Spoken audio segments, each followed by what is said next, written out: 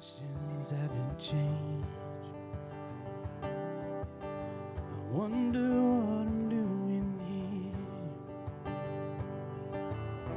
and if I learn to face my fears, or living with the choices I have made in Adelaide, far away from the ocean breeze blowing in across the sea, as the sun sets fire to the bay.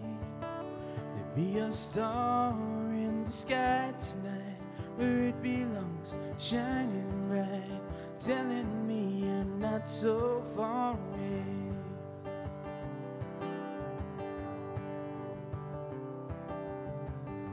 It wouldn't hurt kind I might see,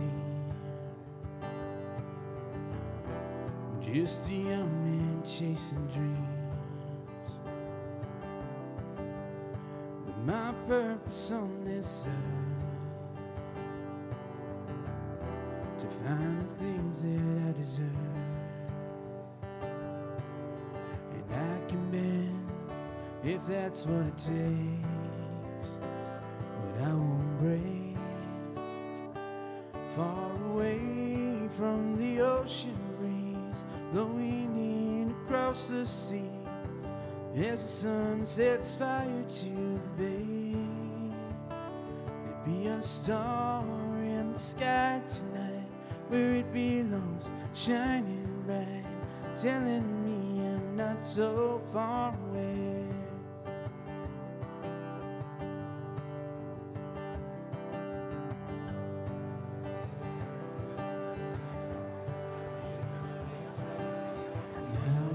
Got a reason to stay, looking at the life that we made in Adelaide, far away from the ocean breeze blowing in across the sea, as the sun sets fire to the bay.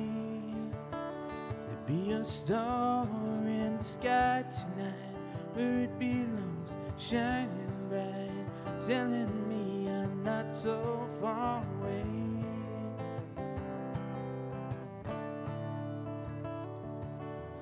Telling me I'm not so far away.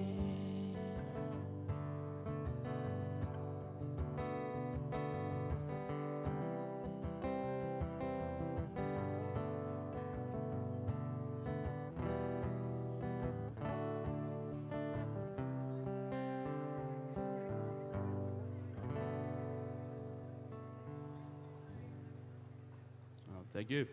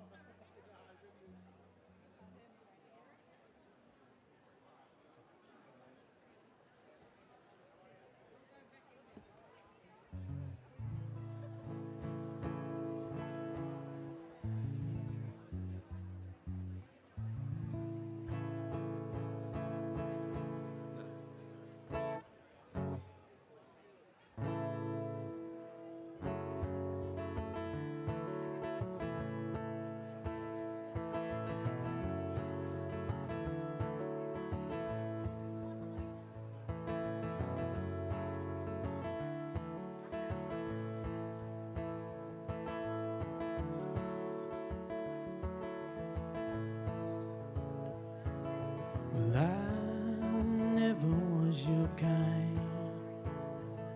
You ran and left me alone behind. I dreamed of something we could be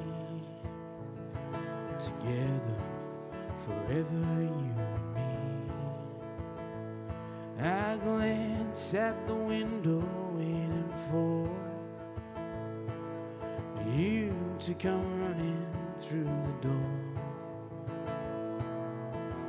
Life never seemed to go to plan, something only you could understand. understand. Within the blink of an eye, I was a misfit in the crowd. The way they looked, they stared and they frowned. Nobody wants to see, look to you from me.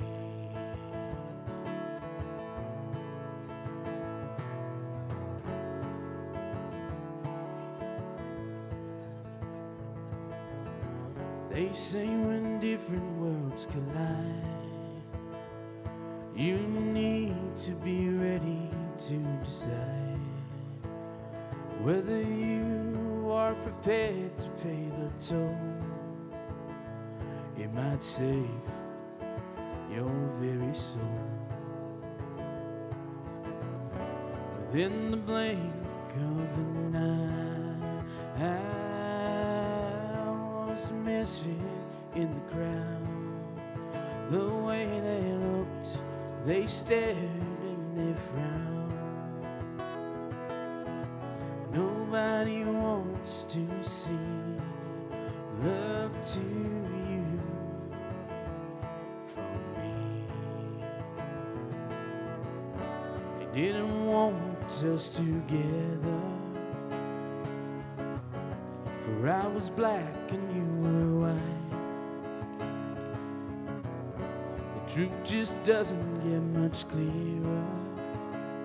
This is something I would live with all my life.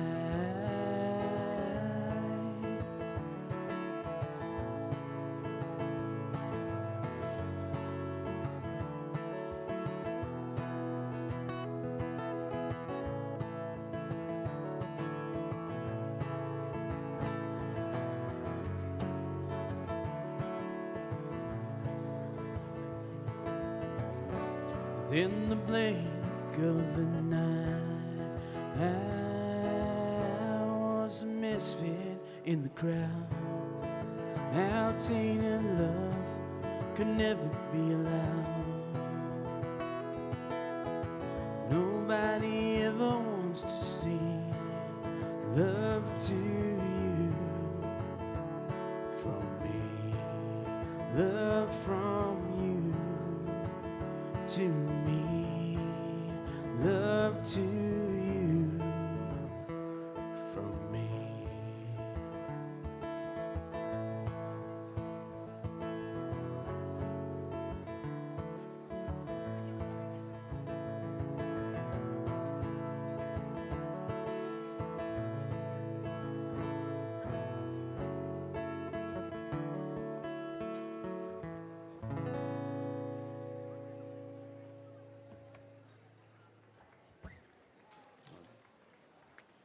Thank you. My name's Nathan May, and just going to be playing a few original songs right now before we all wait. Here's a little song I wrote about my generation and a bit of truth-telling and my great-grandparents. So here's a little song called It's Gotta Start Somewhere.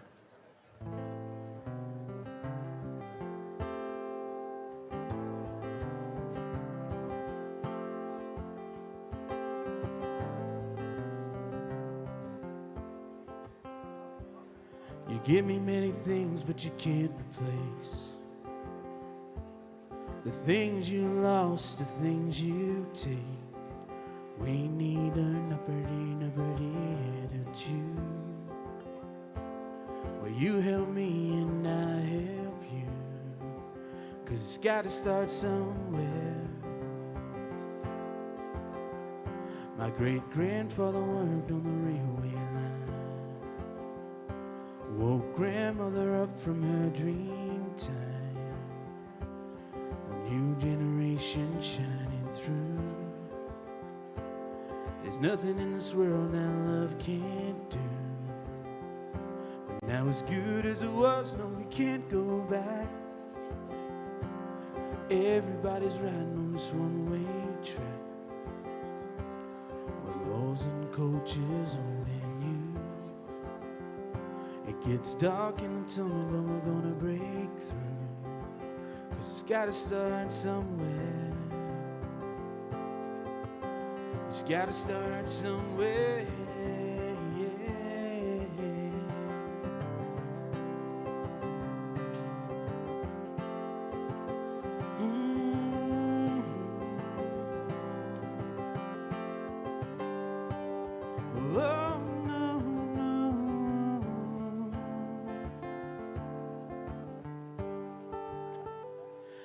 Lost a lot of things, but not the truth. So get on board, there's no excuse. We're all so busy in this crazy life, but it don't take much to make things right. If we all live the way we should,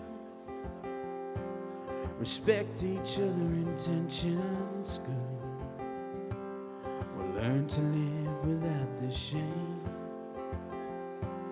forgiveness now without the blame.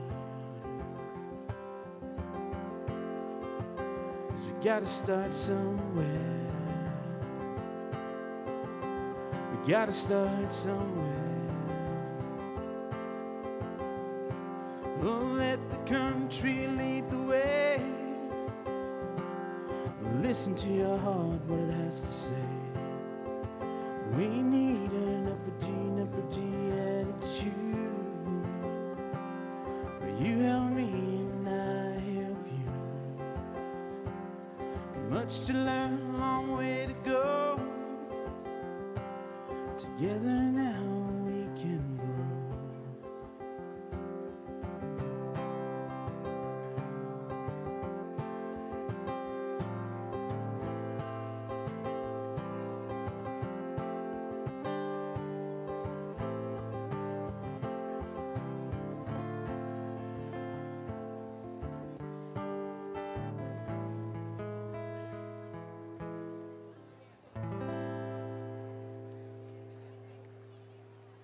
Thank you.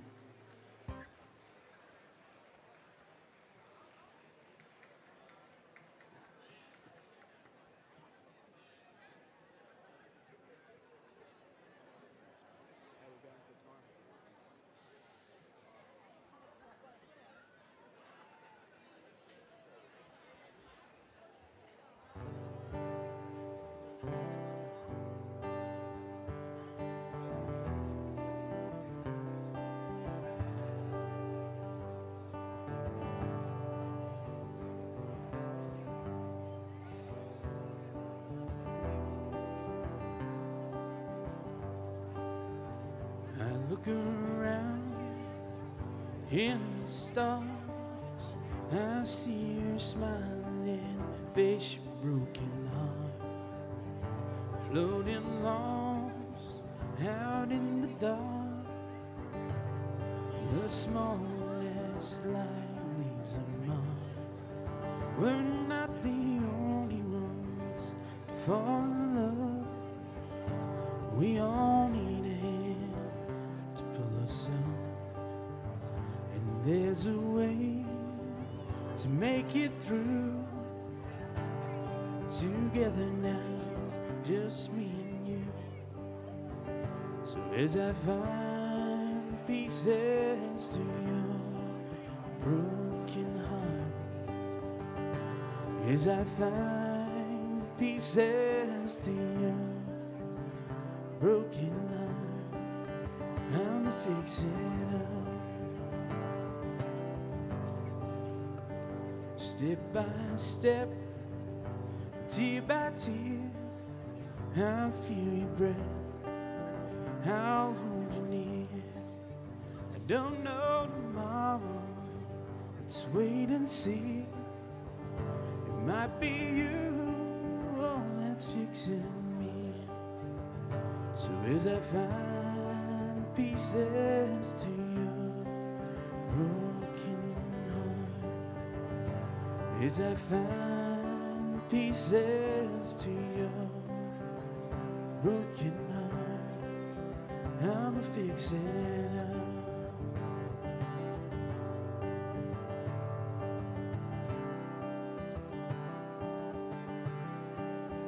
I'ma fix it.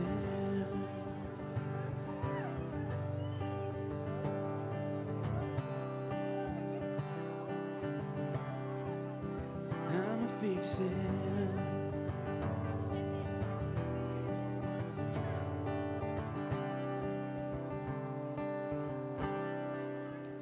I look around in the stars, I see you smiling, face your broken heart. And in the deep, darkest night, that's where I found the sweetest light. So as I find pieces to your broken heart, as I find pieces to your broken heart, as I find pieces to your broken heart, I'm fixing up.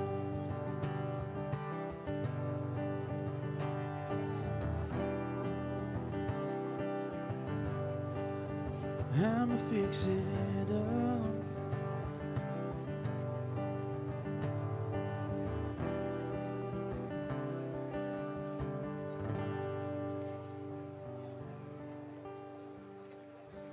Thank you.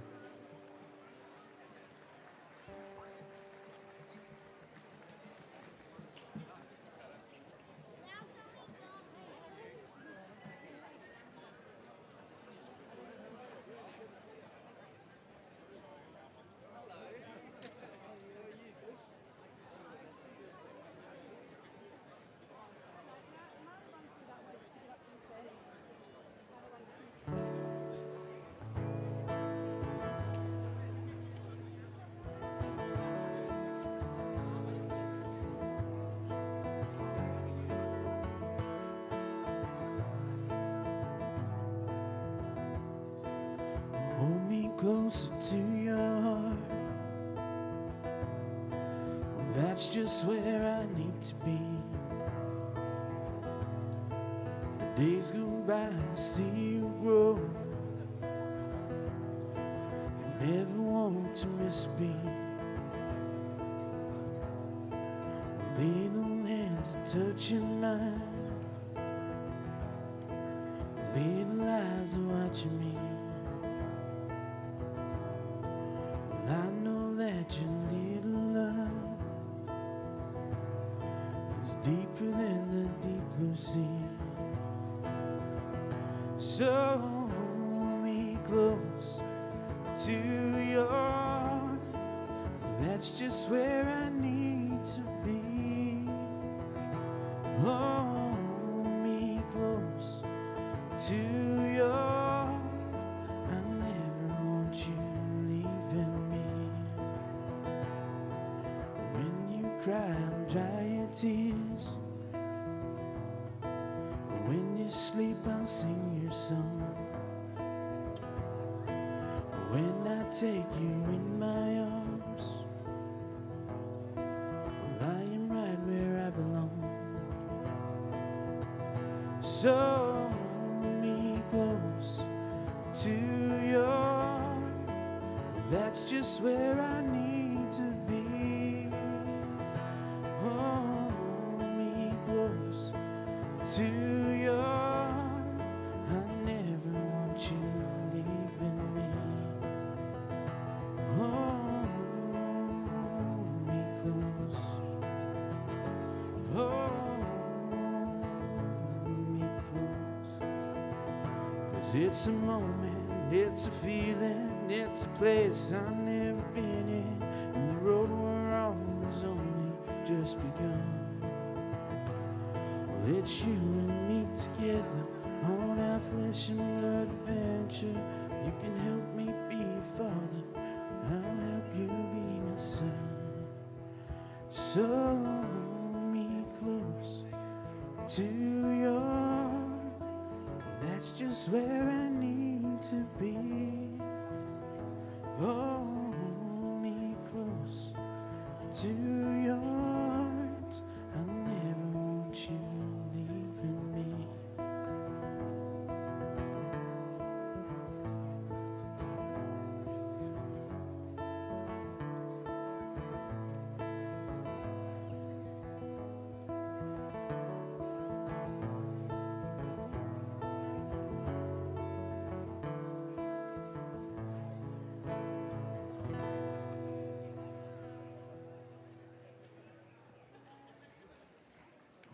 Thank you. Thanks for the cheers. I really appreciate it.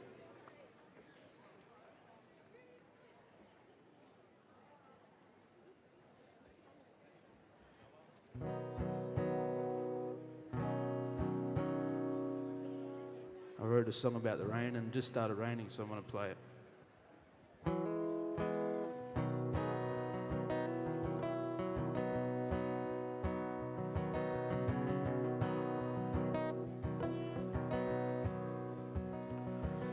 Every day I hear the rain, every day it's falling down again.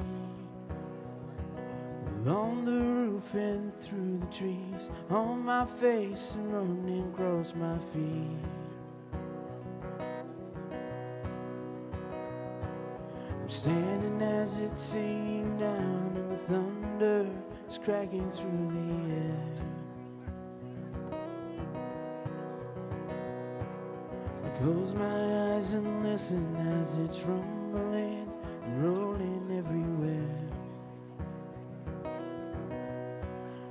I love the rain, feeling back home again.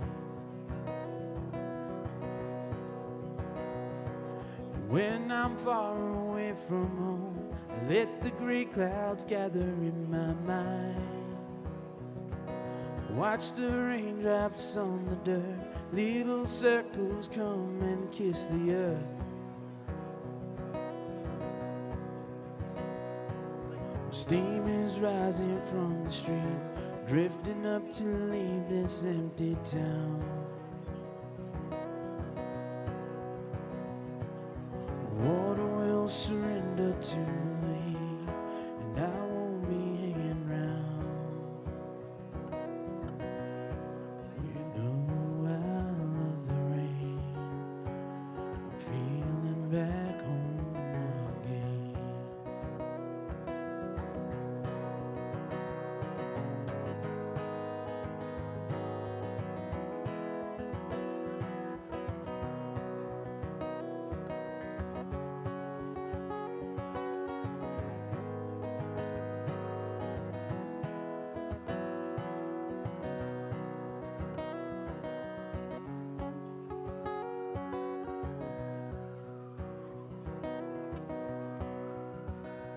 Well, I'm on this plane a few hours more, and I can't wait to step out of that door. And when I smell the land, I'm gonna lift my head back and breathe it in. And I'll feel the water on my skin, falling from that Ghana sky. I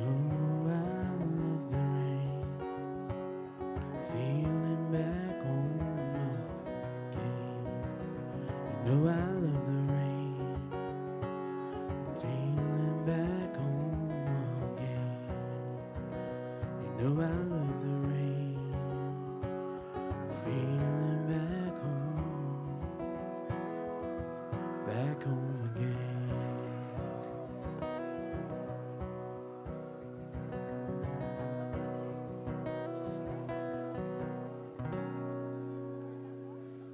Thank you very much. Thank you.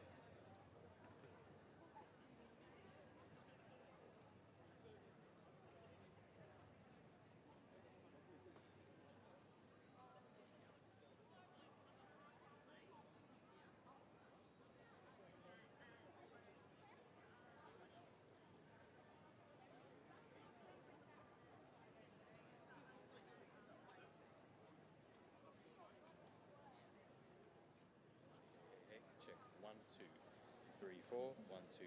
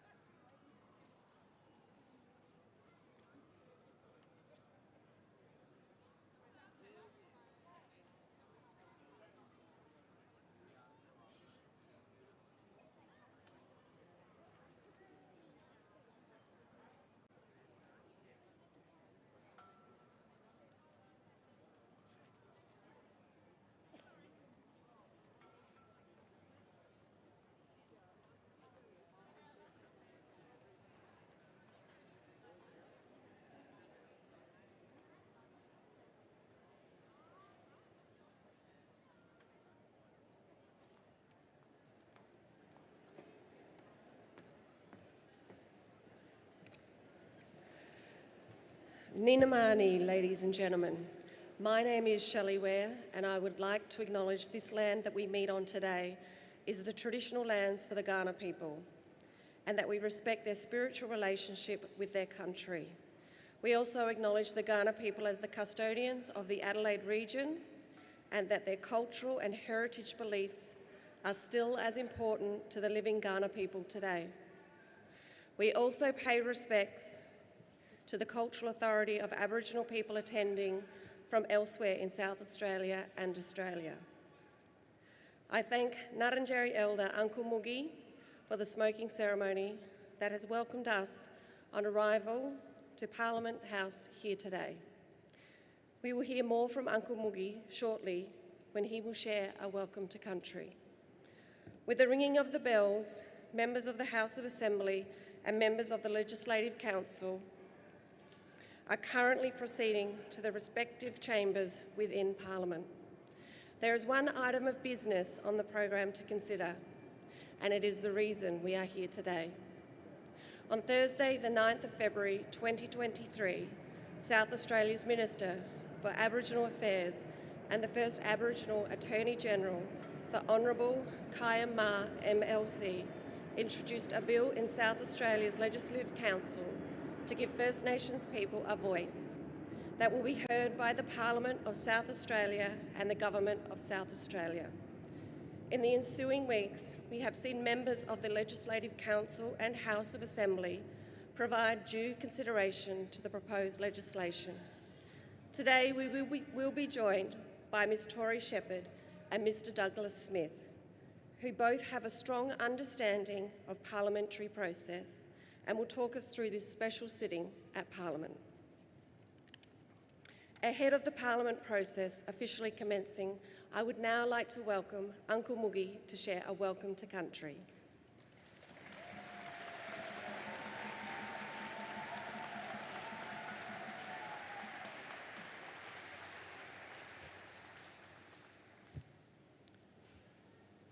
Thank you. What I'd like to do is to invite our ancestors here to be with us. My ancestors, your ancestors, wherever you come from. Invite them here to come and stand with us, to be a part of this ceremony, to be here to look after us, not just for the day, but look after us through our lives.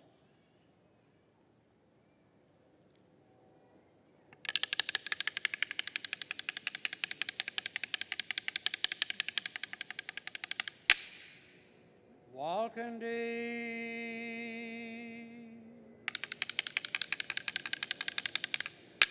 Rikai,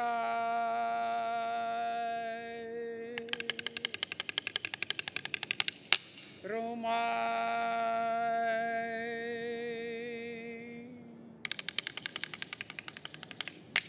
Falka,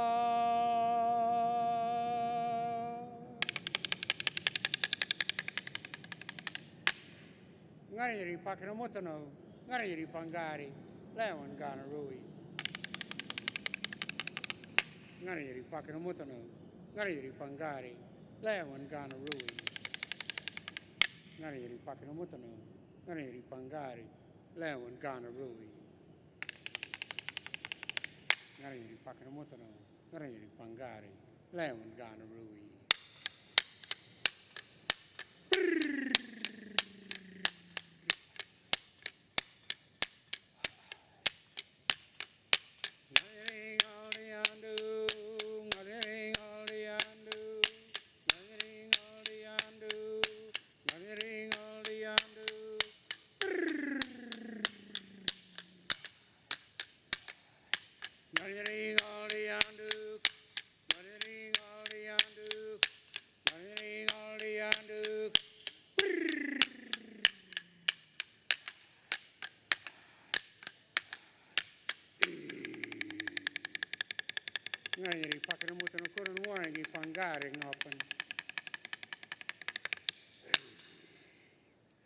What I said, I asked the ancestors from the 4 directions to come here and sit down into the land of the Ghana people, the land of my mother.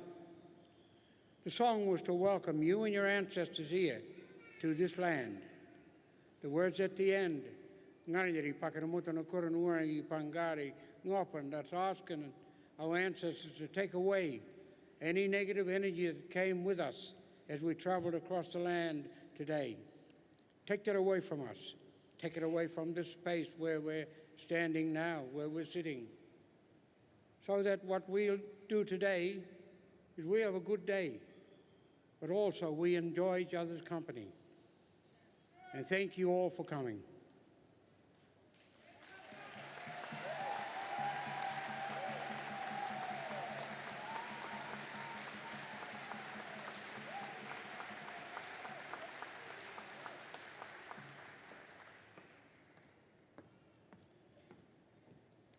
Thank you, Uncle Moogie. I would now like to welcome Tory Shepherd and Douglas Smith to join me as the special seating of Parliament commences.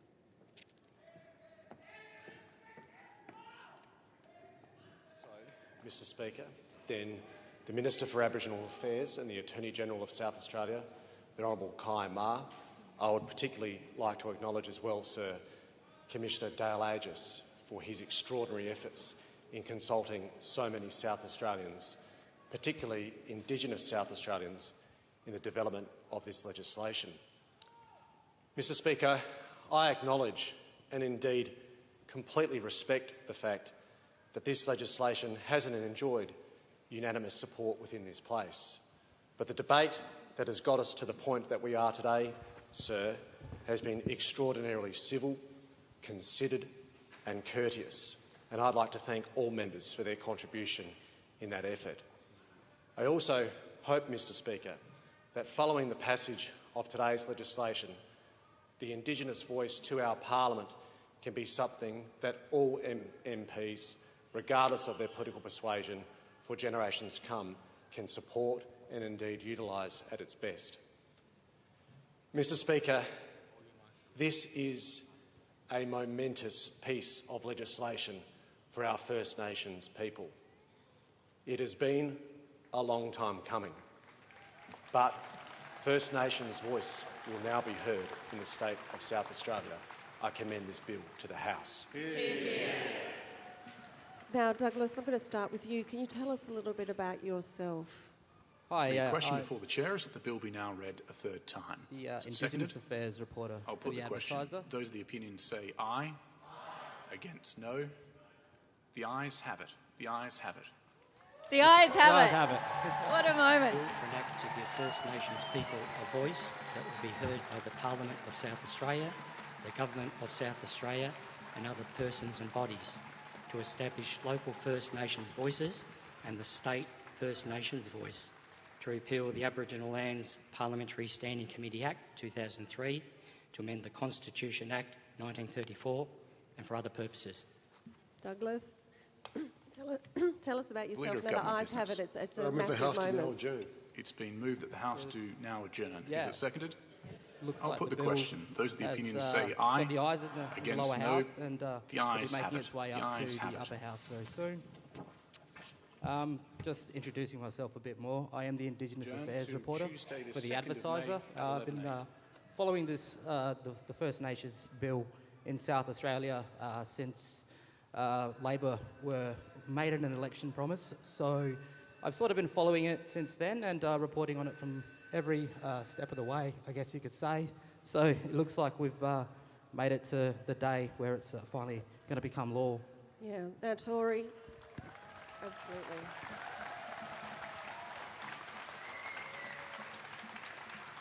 Tori, before you tell us about yourself, the House of Assembly bell has just rung. Talk to that. So now we're going to have a bit of administrative work done in there. That was quite an extraordinary moment, really. It passed on the voices, which means they didn't have to divide because the outcome was really set. I don't think I heard a single no, actually, in that, which is a glorious thing.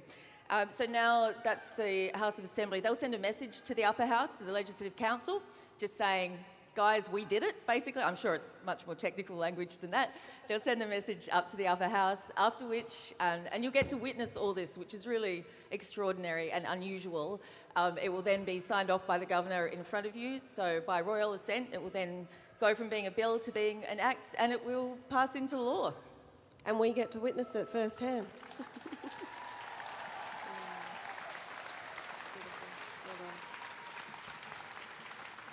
Tori, tell us about you and why you're here today. I have a far less interesting backstory than Douglas, to be honest. I'm a journalist at The Guardian. I was at The Advertiser for a really long time. With a long-standing interest in Indigenous affairs, I was studying anthropology at the time of the High Marsh Island Bridge affair, which some of the older people here might remember. And since then have always had a very strong interest in it. And can I just say, first of all, it's a privilege to be here on Kaurna land today for this. And also, I'm immensely proud, Douglas, of the job that you do. And I think it's just glorious that The Advertiser has a specialist reporter and has you on the rounds. Thank you, Tori. Very, very, very proud. Family proud. So, Douglas, talk us through where it all started. I guess this process really did begin in 2017. 67 from the House of Assembly to the Legislative Council. Sorry, we're back into the... Mr President, the House of Assembly has agreed to the bill returned herewith, entitled A Bill for an Act to give First Nations people a voice that will be heard by the Parliament of South Australia, the Government of South Australia and other persons and bodies, to establish local First Nations voices and the state First Nations voice, to repeal the Aboriginal Lands Parliamentary Standing Committee Act 2003, to amend the Constitution Act 1934 and for other purposes without any amendment. Signed the Speaker, House of Assembly, 26th of March 2023. Game on. Game on. For the Attorney General. Thank you, sir. On what is a historic day for our state and for Aboriginal people, I move that the Council do now adjourn. That's seconded. Seconded. I'll put the question, those. Okay. So it looks like we've got a moment to talk about the Uluru Statement from the Heart. Yeah, the process itself starts obviously in 2017 with the Uluru Statement from the Heart. Obviously, that's something that sort of transpired into a bigger conversation on the national level. But obviously here in South Australia, they've got their own SA voice that's happening at the moment. And as today, as you can see, it's going to become law when the governor does sign off on it, which usually happens a little bit longer, the process of And that, also right? usually sort of, out of the public sight. It goes off to Government House and we never really hear about that thing. So it's, for a momentous day, it's going to be amazing for us to all get to witness that. And can I say, if people haven't read the Uluru Statement from the Heart, just read it. It's a beautiful invitation to walk alongside our First Nations people. It's not that long. You can get through it pretty quickly, and it really is a very graceful message. We are going to have an official reading of that later, so if they haven't, it'll be a perfect opportunity to listen to it. So is there anything you want to add about the Uluru Statement from the Heart, Douglas? This is the first step here in South Australia as well for Voice Treaty Truth, but there's still a bit more detail on that I don't actually have myself on how it's going to happen here in South Australia. As you can see, yeah, it's happened here now today, but obviously this does start back from when Labor did come into government last year in March, and this was an election commitment to have a statewide voice to Parliament here in South Australia. And since then, there's been 2 consultations by Commissioner Dale Aegis. He was appointed to that role in July to go out and consult with First Nations groups across the state and different, as we know. I'm Gugatha myself, so I'm from 2 First Nations over on the West Coast and near the Maralinga lands, but we have a lot of different First Nations here, and hopefully this is something that brings everyone together, that they can finally, come to something that will be better for the beneficial for us as First Nations people in South Australia going into the future. Nicely put, Douglas. And Tori, talk us through some of the process that we're going to see today. So we've just seen the Legislative Council has just come down here to join us. I think they're going to run the bill through, spell check, a bit of a grammar check, make sure everything is in the right place, after which it will be brought down here. So Governor Francis Adamson should be arriving soon, and so then we'll have that final ceremonial bit. But Shelley, I'm just going to make Douglas do some more work here. Talk us through Voice Treaty Truth and the Makarrata. Yeah, so with Voice Treaty Truth, this is one of the 3 key reforms that come out of the Uluru Statement from the Heart. So a voice comes first, a treaty hopefully second, and then more truth-telling, but that comes out of a Makarrata Commission, and it's not yet known how that will happen here in South Australia. That's obviously something that's going to be a bit more prominent in the way that they do it on the national level itself. But here in South Australia, in terms of how the second part of the second key reform to come out of the Uluru Statement, how that's going to take place here in South Australia is yet to be seen, really. So, but it all comes to Voice Treaty Truth. This is the first step of those 3 key elements out of the Uluru Statement, Nexus Treaty, and obviously that sort of comes out of the Makarrata Commission, which is 2 parties coming together. The Makarrata Commission, or the Makarrata word itself, comes from the Yolngu people up in Arnhem Land, and that it's basically 2 parties coming together, 2 different people coming together after a struggle. So it's truth-telling, really, in Aboriginal way, is the way forward. You can't sort of sweep stuff under the rug, or as they say, or it's all got to be truth-telling to push forward together as one, really. Beautifully said. Thank you. Ladies and gentlemen, please join me in thanking Ms Tori Shepherd and Mr Douglas Smith for having guided us through this historic process. At this time, I would now like to welcome the Irrawee Choir to perform Gulalaya, a powerful song performed on the steps of Parliament House over 40 years ago by Anungu visiting Adelaide to campaign for land rights. The Irrawee Choir continues the choral traditions of the Pitjantjatjara Ernabella Choir and is one of the few choirs that actually performs almost exclusively in the Australian first languages. The choir is multi-generational, with many choir members following in the footsteps of their parents and grandparents who sang in the original Ernabella Choir. Choir elders consider Inma, or spiritual songs, to be a healing balm and an important way to fulfil family and cultural obligations to teach and strengthen the next generations. Ladies and gentlemen, the Irrawee Choir.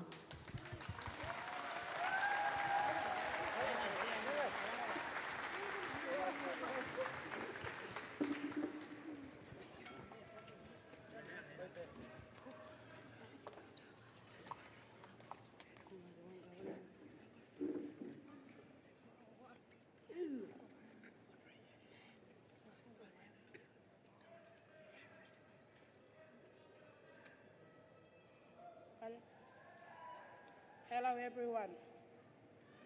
Good morning.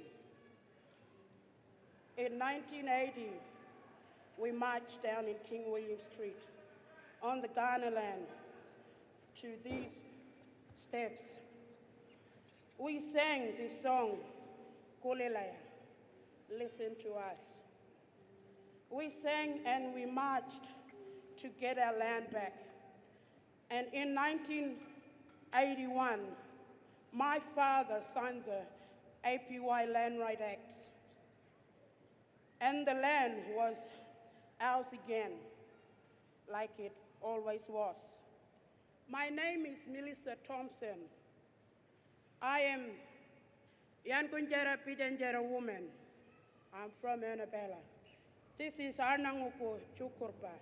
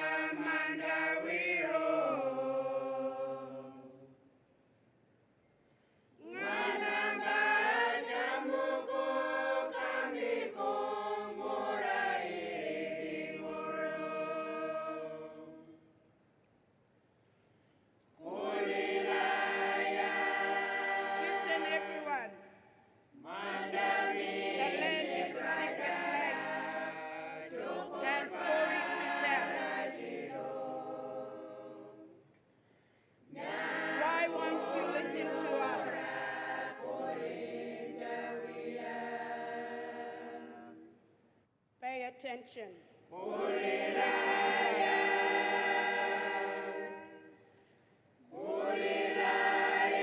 Listen, everyone. Our land is a beautiful country.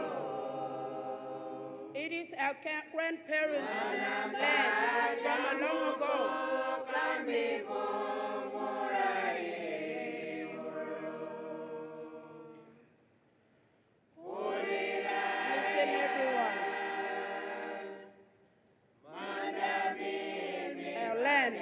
It's a secret place and stories to tell. Why won't you listen to us?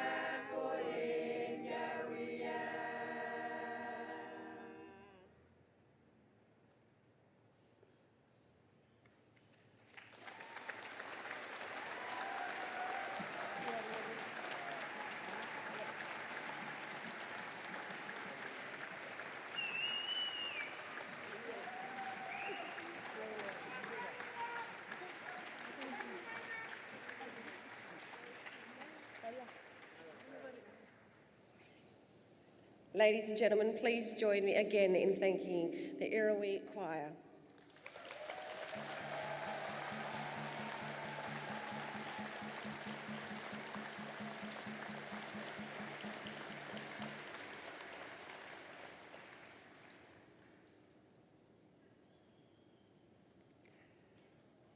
The President of the Legislative Council has now received the Royal Arms print of the First Nations Voice Bill 2023 for assent, impressed by the public steel of the State of South Australia.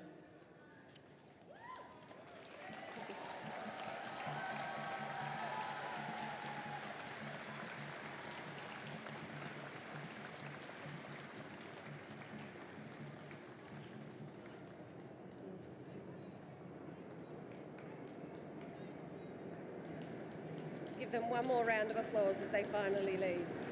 We've just got a short moment waiting for the President, so you'll see the President.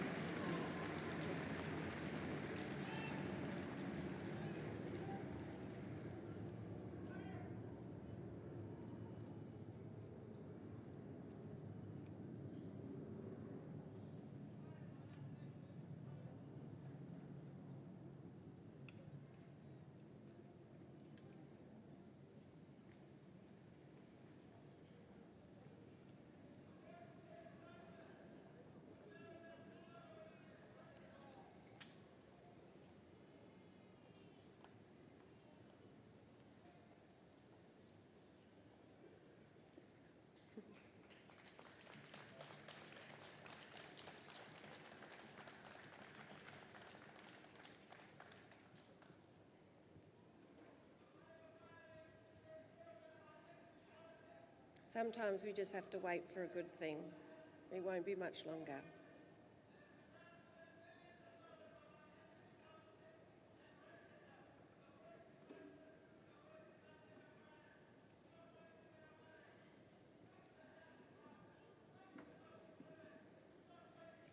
I might read it.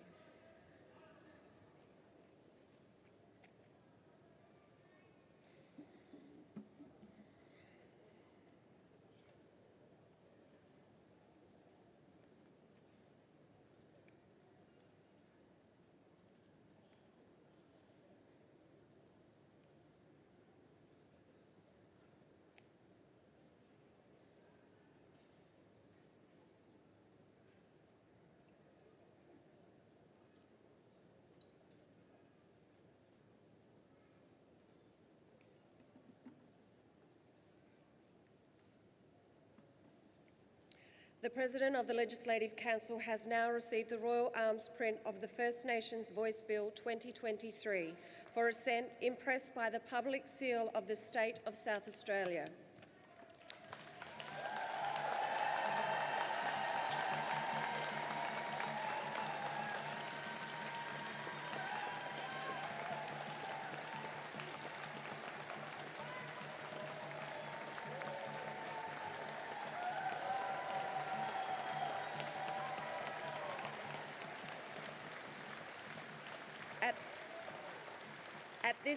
At this time, the President has invited representatives of the South Australian First Nations into the Legislative Council chamber. The President will present the Royal Arms copy of the First Nations Voice 2023 to the First Nations representatives, who will in turn place the Royal Arms in a kulamon, a traditional container used by First Nations people to gather resources, offer protection and carry the young. It is a symbol of self-belief, preservation and resilience. Mr Dale Aegis, Commissioner for First Nations Voice, will then present the kulamon to the President. The Commissioner is accompanied by Uncle Charlie Jackson, Uncle Clinton Wanganeen, Mr Michael O'Brien, Auntie Pat Warrior-Reid, Miss Joylene Thomas and Auntie Evelyn Trevorrow.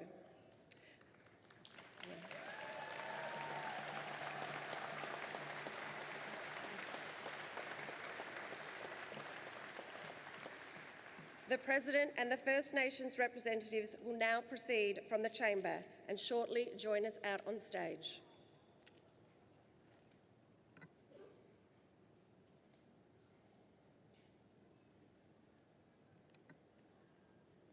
Ladies and gentlemen, in the anticipation of the arrival of Her Excellency and the Honourable Frances Addison, Governor of South Australia, I now invite the official guests to proceed onto the stage, and I will briefly provide an overview of the state ceremony.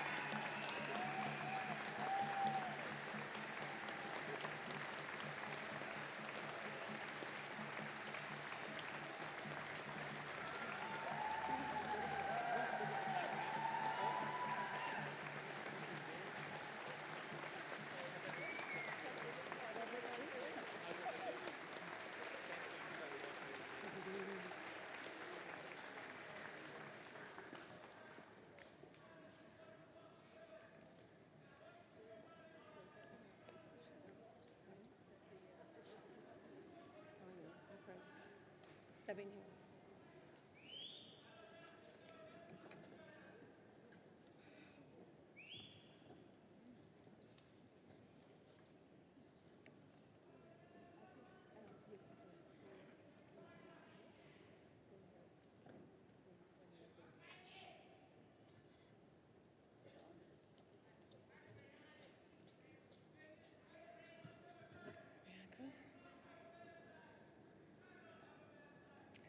The Governor will arrive shortly and will be accompanied by First Nations representatives Dr. Roger Thomas, Miss Lorraine Merrick, Mr. Ian Crombie, Arnie Eunice Aston, Miss Sally Scales, Mr. Jeffrey Newchurch and Miss Zell Dodd.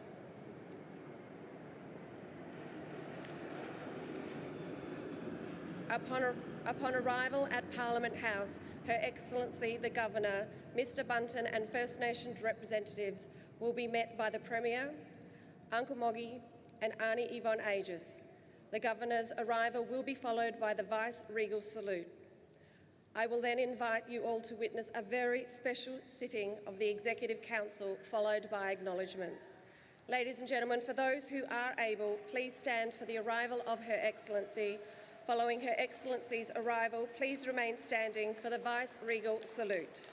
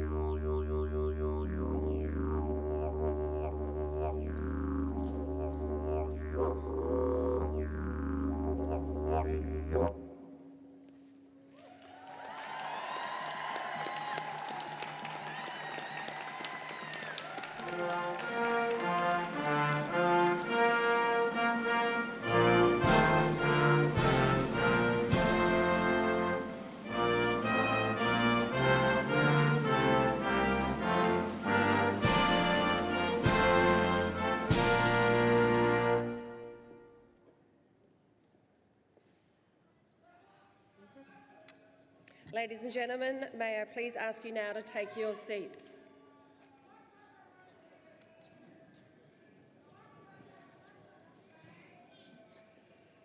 Before we move into the proceedings, please join me in thanking Mr. Isaac Hannam for this wonderful Yidaki performance of His Excellency, the Governor arrived.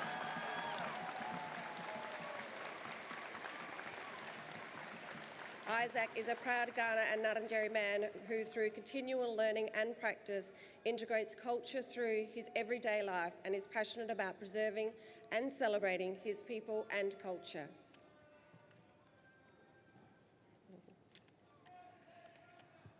Ninamani, ladies and gentlemen, I would now like to officially welcome you all to South Australia's Parliament House on the occasion of this special sitting in Parliament to witness the passage of the First Nations Voice Bill 2023. The bill, which has just passed through both houses, proposes a connected, direct and independent line of communicating for First Nations people in South Australia to Parliament. It will provide certainty for First Nations people to have the ability to have their say and to engage with government and policies and services that impact on First Nations communities. I would like to officially acknowledge our ancestors and old people who walked before us. We know they are here with us today.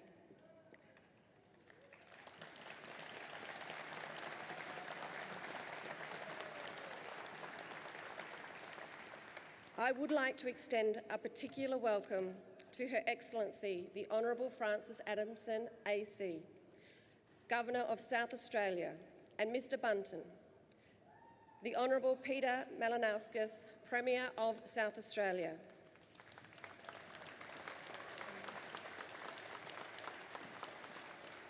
the Honourable Chief Justice Chris Kourakis, Chief Justice of South Australia,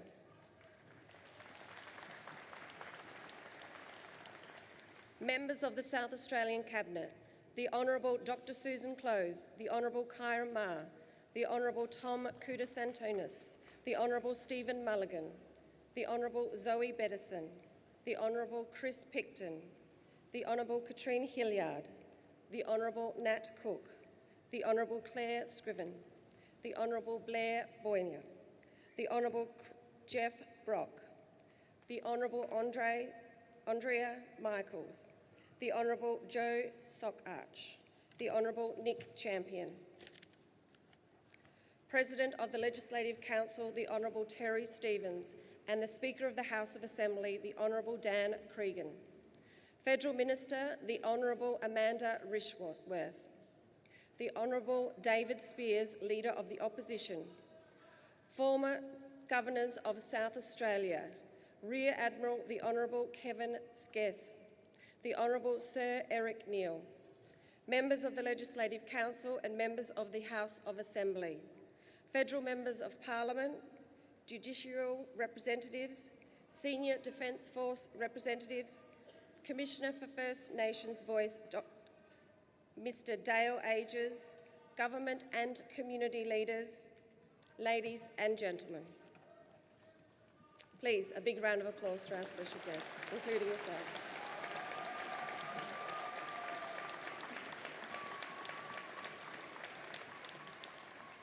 On this historic occasion, we have witnessed the passage of the First Nations Voice Bill 2023 through the South Australian Parliament. In order to become law, however, Her Excellency, the Honourable Francis Adamson, Governor of South Australia, following advice and consent of Executive Council, must first give royal assent to the bill. At this time, I would like to invite the President of the Legislative Council, the Honourable Terry Stevens, together with Mr Dale Ages, Commissioner for the First Nations Voice, to present the Royal Arms print for the First Nations Voice Bill 2023 to Her Excellency, the Honourable Francis Adamson AC, Governor of South Australia.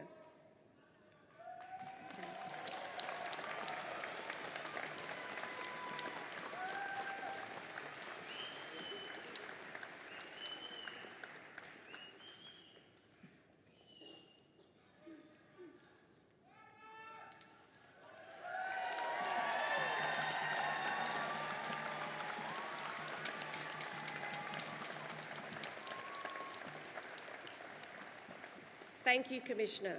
I would now like to invite Her Excellency, the Premier, the Deputy Premier and the Minister for Aboriginal Affairs to take their place at the table as they convene at the meeting of the Executive Council, the formal executive arm of government.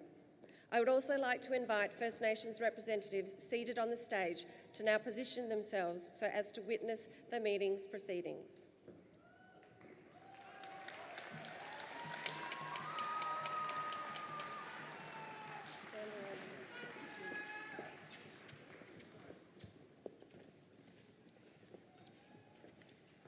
Premier, Deputy Premier, Attorney General.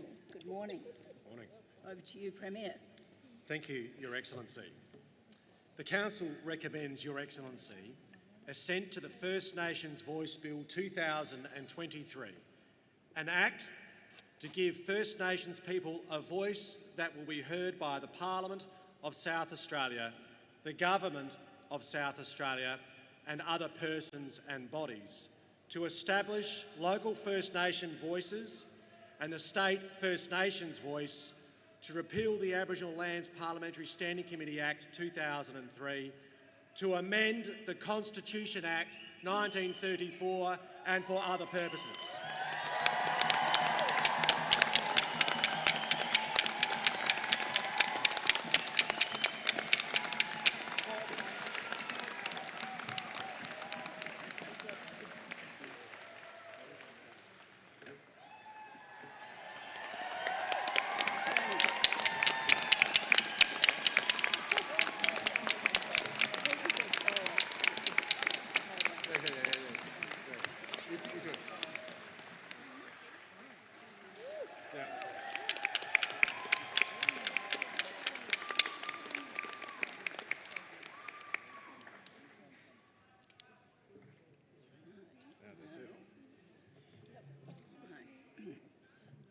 I'm just going to stand here.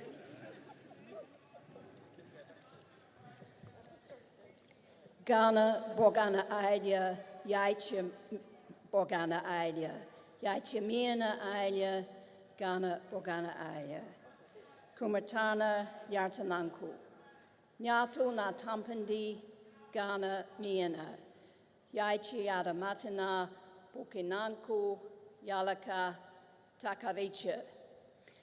Dearest Ghana elders and Ghana people, dearest Aboriginal elders and Aboriginal people from other lands and regions, I acknowledge and pay my respects to you all. I also acknowledge that we are meeting today on the traditional lands of the Ghana people, from the past, today, and into the future. Premier, Deputy Premier, Attorney General, President, Speaker, Leader of the Opposition, Commissioner for First Nations Voice, First Nations representatives and other distinguished guests, friends all. It is my pleasure as South Australia's 36th Governor to give assent to the First Nations Voice Bill 2023. Executive Council, the process by which government ministers present bills for my assent is normally private, but today, for the very best of reasons, took place in front of you all.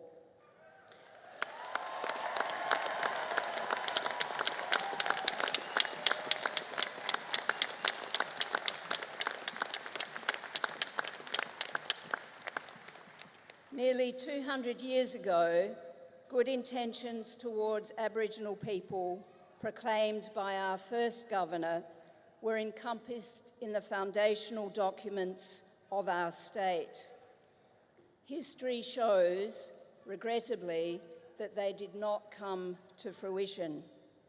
Today, I restate my commitment to supporting the process of reconciliation in our state and to working side by side with Aboriginal people and non-Aboriginal people to achieve this goal. Thank you everyone for your presence today to witness this historic occasion.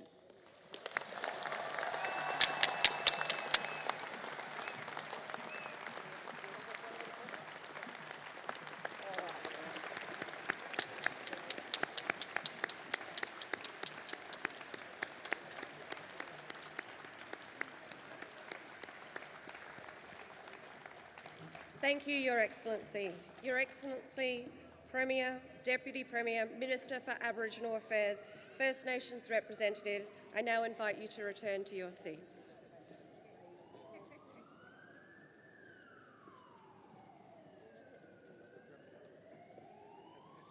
I would now like to invite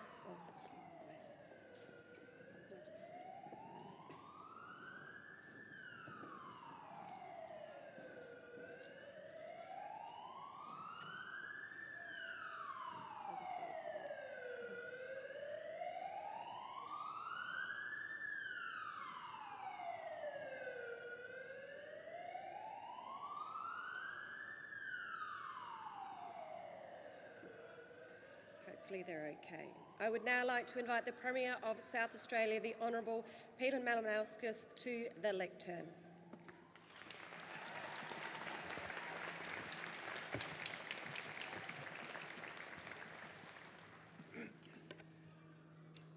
Your Excellency, parliamentary colleagues, people of South Australia. We stand here with our feet firmly on the lands of the Kaurna people. I pay my respect to their elders past, present and emerging, but the way we pay our respects first and foremost is not with our words but in our deeds. And there are no more powerful deeds than South Australia becoming the first place in our nation to pass a law enshrining an Indigenous voice to our Parliament.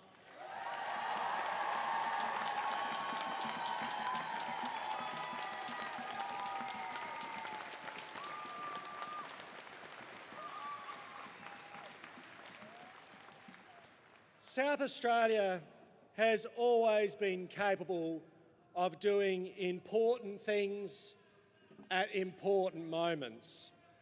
And today, again, our state assumes a position of leadership in advancing, via democratic means, the cause of all people. All people. The voice to our Parliament isn't just about Indigenous South Australians. It's about each and every one of us who are so fortunate to call this amazing patch of land our home. But for those of us who are not Indigenous, this land has never been always our home. By definition, for all non-Indigenous Australians, we are each a product of our own migrant story. One of the most beautiful things about modern Australia, in particular civil society in South Australia, is that we've always opened our hearts to those who have come from across the seas. We are rightly proud of the way that we have welcomed waves of migration from all over the world. And every day we enjoy the benefits of living with and learning from the diverse perspectives that other cultures provide. People choose to come here because they know they're coming to a place better than the one they left. The peace, the potential, the prosperity. And prosper they do. Families almost universally passing on a better standard of living from one generation to the next. It's a remarkable Australian story, the unrivalled potential that this country has afforded all of us. Almost all of us. Because it's an even more remarkable Australian tragedy that the one group of people that have been left most behind for the last 200 years are the very people who for over 65,000 years have provided great care and custodianship to the land we stand on today.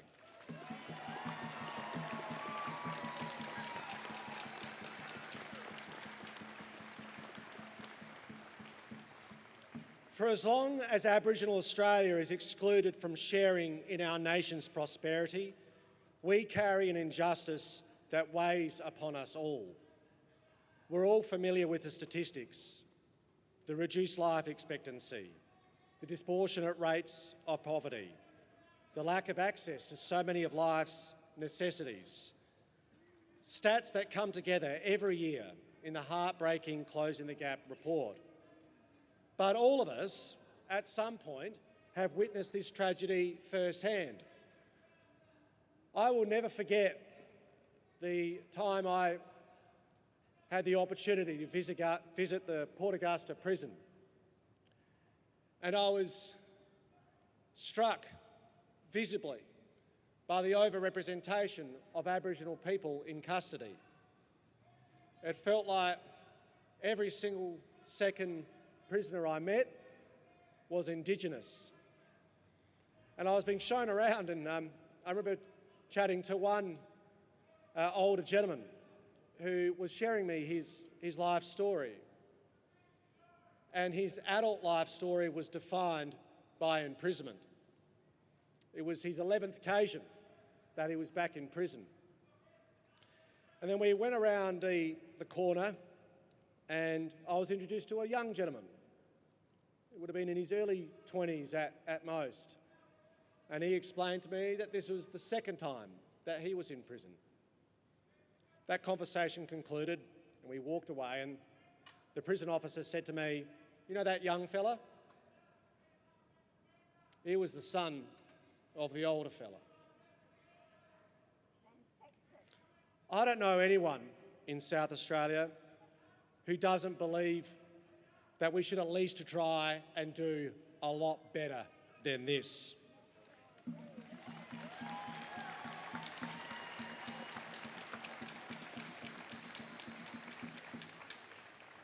Although this tragedy of Aboriginal and Torres Strait Islander disadvantage cannot be laid at the feet of any of us as individuals, we must all collectively accept our responsibility to find a path of reconciliation and remediation. A path that, despite moments of great effort and goodwill, we have so far been unable to truly find as a nation. But in May 2017, despite the history of dispossession, displacement and despair, our First Nations people came from across the continent together to consolidate all of their hopes, their aspirations into one single document, the Uluru Statement from the Heart. And within the Uluru Statement, the Australian people were given a new path. We can't say how long this path is or when we'll arrive at the destination, but it's a path that Aboriginal and Torres Strait Islander people have invited us to walk with them on. Today, in South Australia, we have accepted that invitation.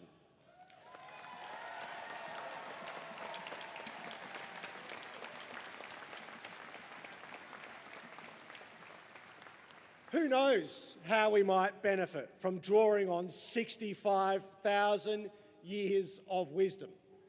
I firmly believe that there are more than a few things that this Parliament can learn from the longest living continuous culture that the world has ever seen.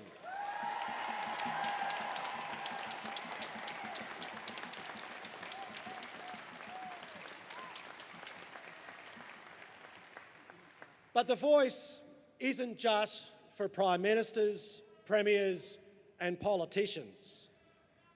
It's a call out to all of us. And we shouldn't expect that it will all be easy or that we'll like everything that we hear or that the Parliament will agree with everything the voice has to say. But this is nothing to fear. For diversity of opinion is democracy at its best. In the modern era, too often we gravitate to the opinions that we already agree with. But that's never how the best decisions are made. Any enduring policy of purpose invariably benefits from the perspectives of others. So we will embrace the opportunity the voice gives us to infuse our Parliament, our democracy, with the knowledge and experience of our First Nations, particularly on matters that pertain to their future, which is indivisible from our own. In 1894, when we became the first jurisdiction in the world to give women the right to vote and run for Parliament, the nation looked to South Australia's example on how to advance the democratic project. Today, with the eyes of the nation upon our state, we become the first to make this important change. A change that ensures that our democracy is yet another step closer to achieving the eternal Australian aspiration of a fair go for all.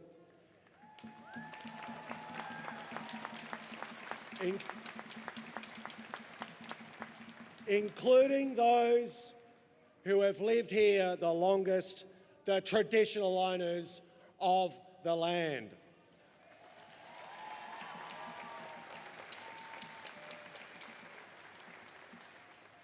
For from today, in this state, their voices will be heard.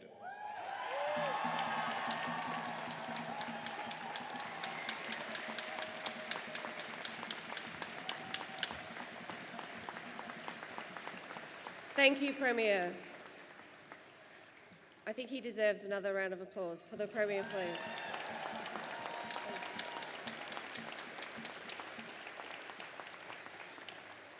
Ladies and gentlemen, please join me in welcoming Adelaide-based singer-songwriter and proud Anambana and Yarrawarrah man, Mr. Nathan May, to the stage. Nathan grew up in Darwin, but has ancestral connections in South Australia and has called Adelaide home for the past several years. Among his accomplishments, in 2019, Nathan was named Young Aboriginal Artist of the Year, and in 2022 was also presented with the Creative Young Achievers Award for his contribution and outstanding achievements in music. Ladies and gentlemen, with the performance of From Little Things, Big Things Grow, Mr. Nathan May. Please sing along if you know this song. Gather around people that will tell you a story, an ancient story of power and pride, of British Lord Vesti and Vincent Lingiari were upset men on opposite sides.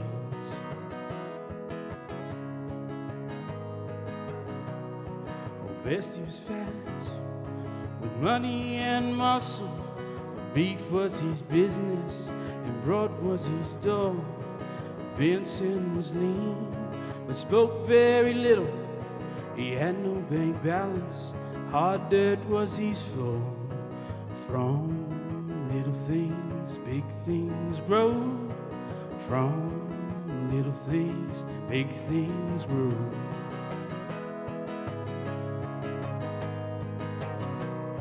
Karinji were working for nothing but rations, where they once gathered the wealth and the land. Daily depression got tighter and tighter.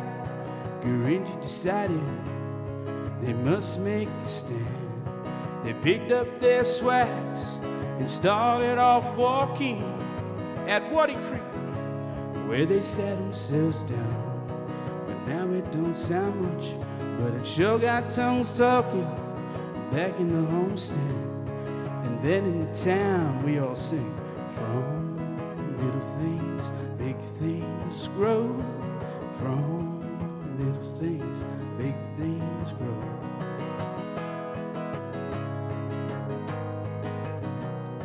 The vestryman said, I'll double your wages, 18 quid a week have in your hand. But Vincent said, nuh-uh, we're not talking about wages. We're standing right here till we get our land. The vestryman roared and vestryman thundered. You don't stand a chance in the cinder snow. Vincent said, if we fall, others be rising, saying, from little things, big things grow. From little things. big things grow.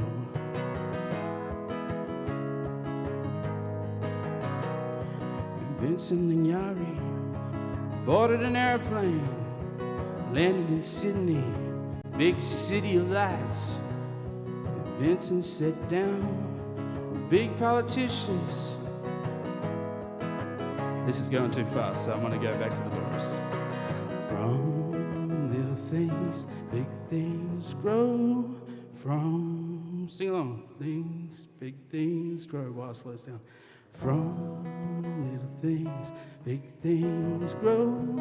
From little things, big things grow. Vincent Lignari returned an airplane back to his country. Sit down with his people. Oh, this is things stuffing up. And he told his people, let the stars keep on turning. We have friends in the south, in the cities and towns. 8 years went by, 8 long years of waiting, till one day a tall stranger appeared in the land. He came with his lawyers, and he came with great ceremony, and through Vincent's fingers poured a handful of sand. From little things, big things grow.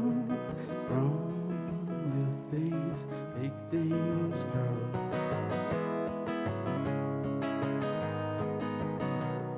Well, this is the story of Vincent Lignari, but this is a story of something much more. How power and privilege cannot move a people who know where they stand and stand with the law. We all sing. From little things, big things grow. From little things, big things grow. From little things, big things grow. From little things, big things grow. From little things, big things grow. From little things, big things grow.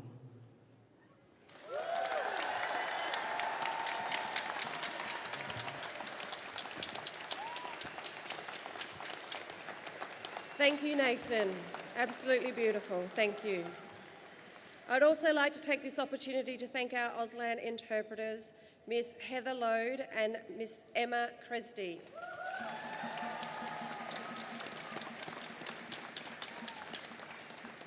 Ladies and gentlemen, it is now my privilege to now invite South Australia's Minister for Aboriginal Affairs and First Aboriginal Attorney-General, the Honourable Kaya Ma, to the lectern.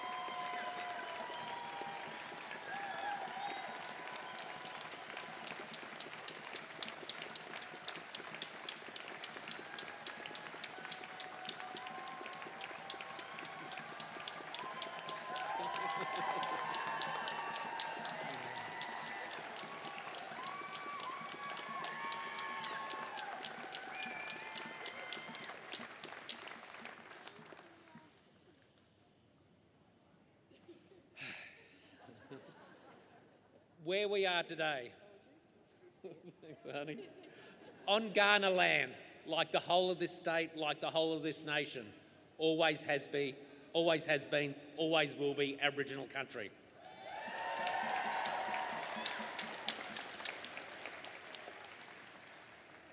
Today, our state has achieved something extraordinary. In the building behind me, and those who've occupied it, have not always done right by Aboriginal people. In fact, for so much of our history, it's been the opposite. Governments formed in this building have been complicit in the massacres of Aboriginal people, complicit in the taking of land, complicit in trying to erase identity and belonging, complicit in the removal of Aboriginal children from their families and from their culture for no other reason than being Aboriginal, complicit in prolonging and normalising the disadvantage of Aboriginal communities and Aboriginal people by failing year upon year, decade upon decade, and government after government, failing to take meaningful action to reverse it.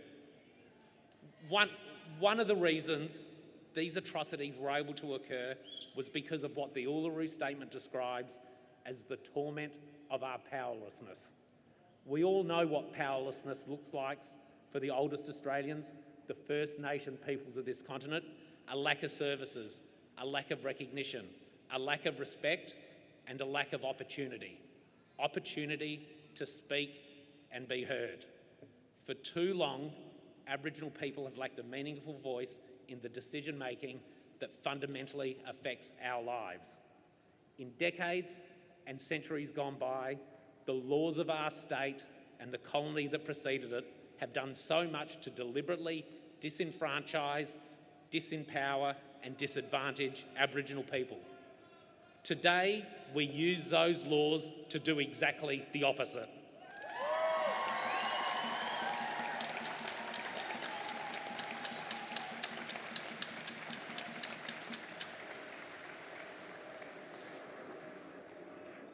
South Australia now leads the nation by legislating for a First Nations voice. A voice that's empowered to speak to the Parliament, to speak to the ministers, to speak to the government departments, to speak directly to the decision makers who've so often struggled to make meaningful change. A voice that will help decision makers create enduring positive change for the future. Friends, today isn't the end of a journey, it's the beginning. Enshrining a voice to Parliament in law is the first step in our commitment to the full implementation of the Uluru Statement from the Heart.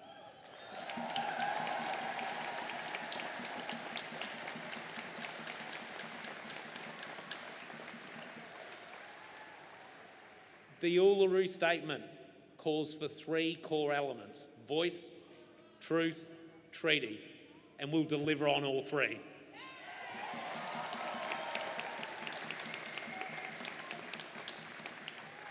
And the voice to Parliament will be heard loud and clear in shaping the approach to the tasks ahead, agreement making and truth telling.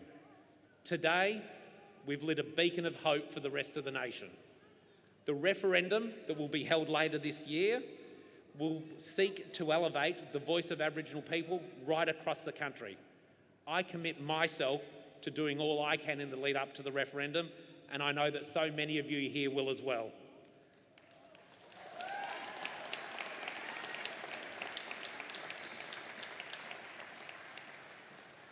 No change of this magnitude is easy. The campaign ahead of us will not be easy. Parts of it already have and will continue to be painful and difficult for many Aboriginal people. But because something's hard doesn't mean it's not worth doing. So often it's the opposite. And it's made easier when we do it together. Everybody who's come here today to show support for our voice to Parliament is playing their part in making sure our beacon of hope shines brighter. What we've done today will change this state for the better, and I believe what we've done today has the potential to change Australia, because the nation will watch us reshape the way Aboriginal and non-Aboriginal South Australians work together towards common goals. The nation will watch us ensuring that decision-making no longer ignores but invites First Nations people. And the nation will watch us work to embed respect for the First Peoples, not only in the processes of government, but the everyday thinking of our community.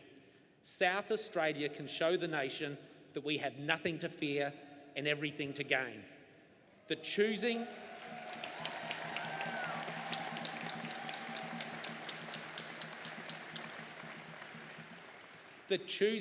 to walk together will not diminish any single one of us, but will elevate us all.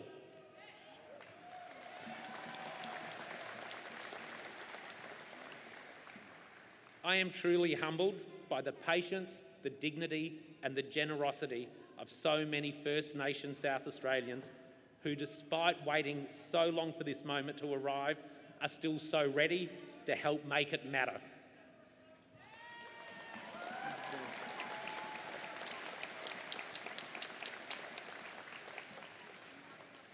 It's not every day that we get to do something that has the potential to influence the course of a nation's history. But friends, we do that today. Thank you.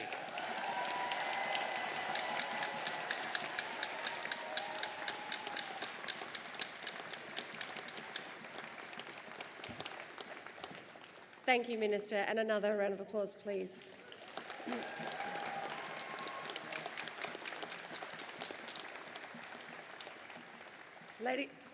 Ladies and gentlemen, on this historic occasion, it gives me great pleasure to now invite Narungga woman Ms Cheryl Axelby to read the Uluru Statement from the Heart.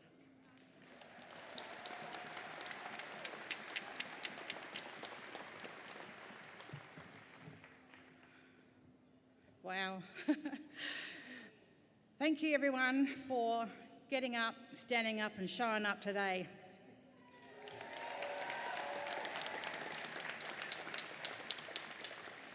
It's a proud moment for South Australia, and I'm glad that we are leading the nation in going forward. I'd like to acknowledge that we are standing on the lands of the Kaurna peoples, and I pay my respect to Kaurna elders, past, present and emerging, and to all our mob all over South Australia. Today is quite a significant day.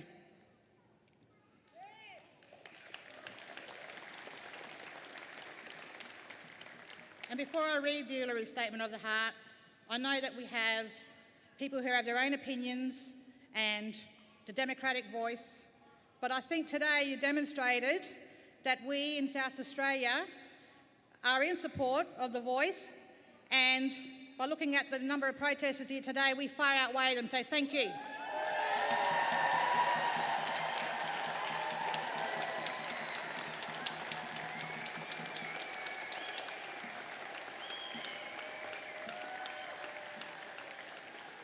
So today, we gathered at the 2017 National Constitutional Convention, coming from all points of the southern sky, make this statement from the heart. Our Aboriginal and Torres Strait Islander tribes were the first sovereign nations of the Australian continent and its adjacent lands, and possessed it under our own laws and customs.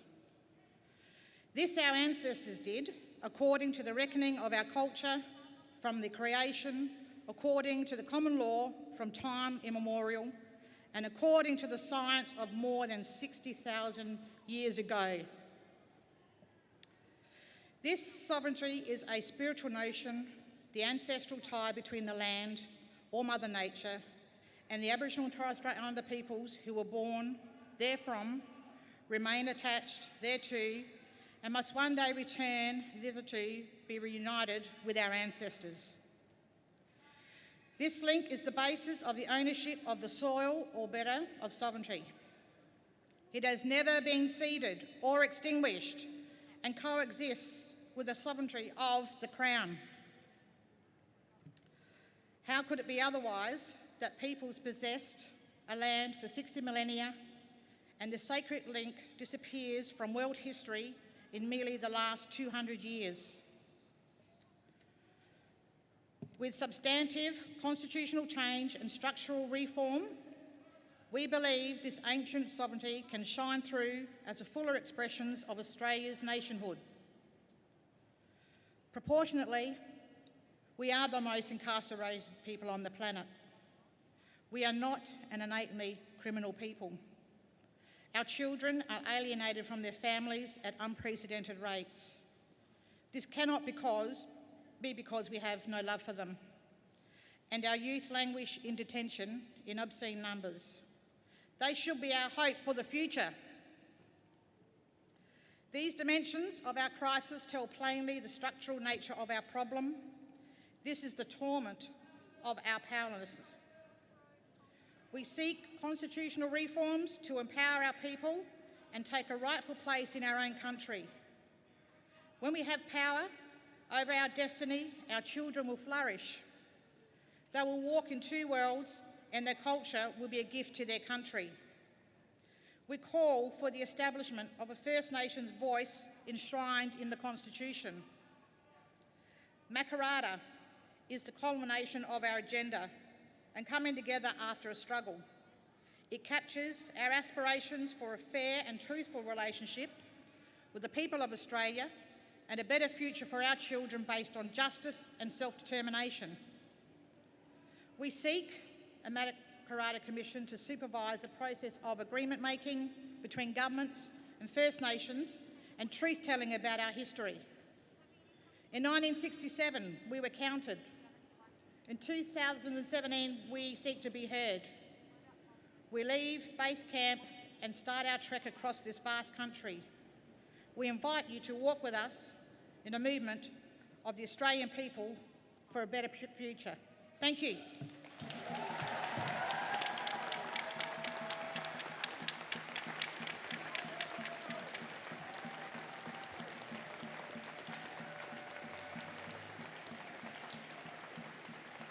Thank you, Cheryl. So beautiful to hear those words.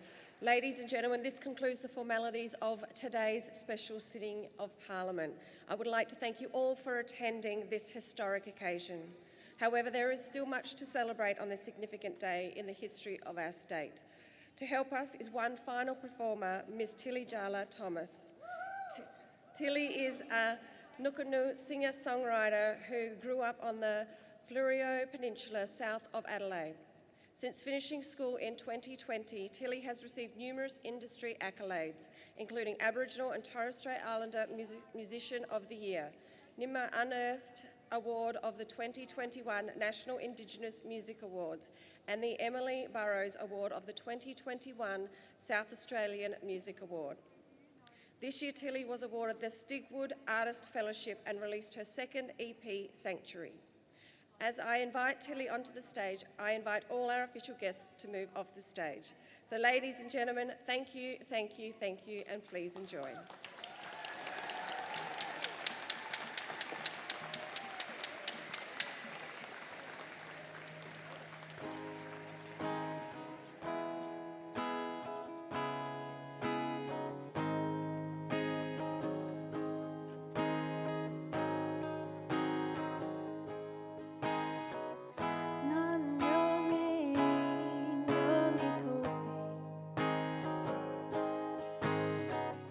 Na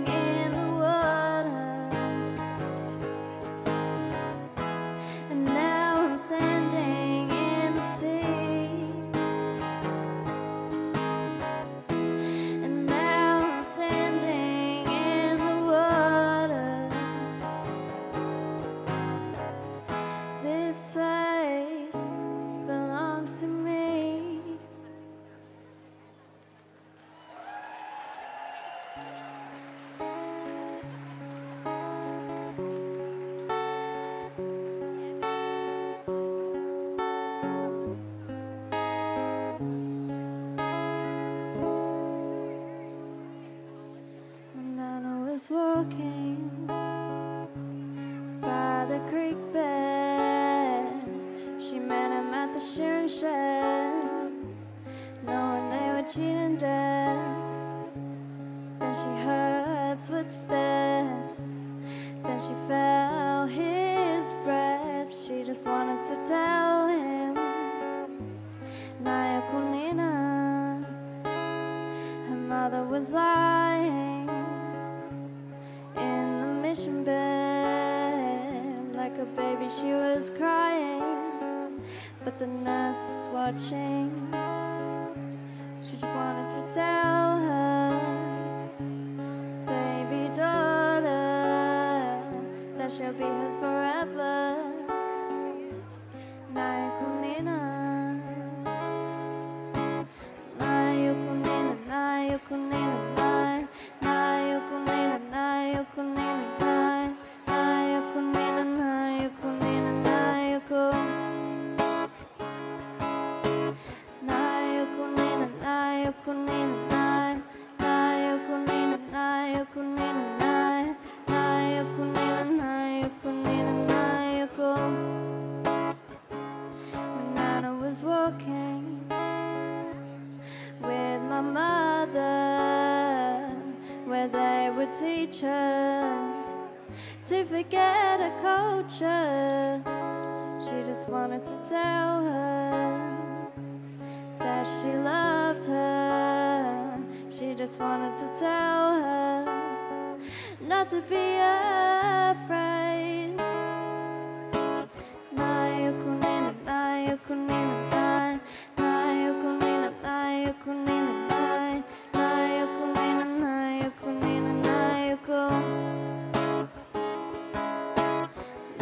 Kunina, Naya Kunina, Naya Kunina, Naya Kunina, Naya Kunina, Naya Kunina, Naya Now, tell me, how'd you feel if you lost your tongue?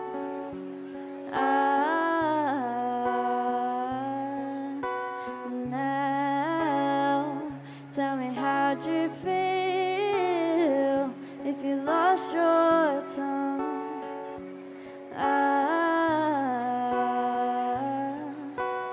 Naya Kunina, Naya Kunina, Naya Kunina, Naya Kunina, Naya Kunina, Naya Kunina, Naya Kunina,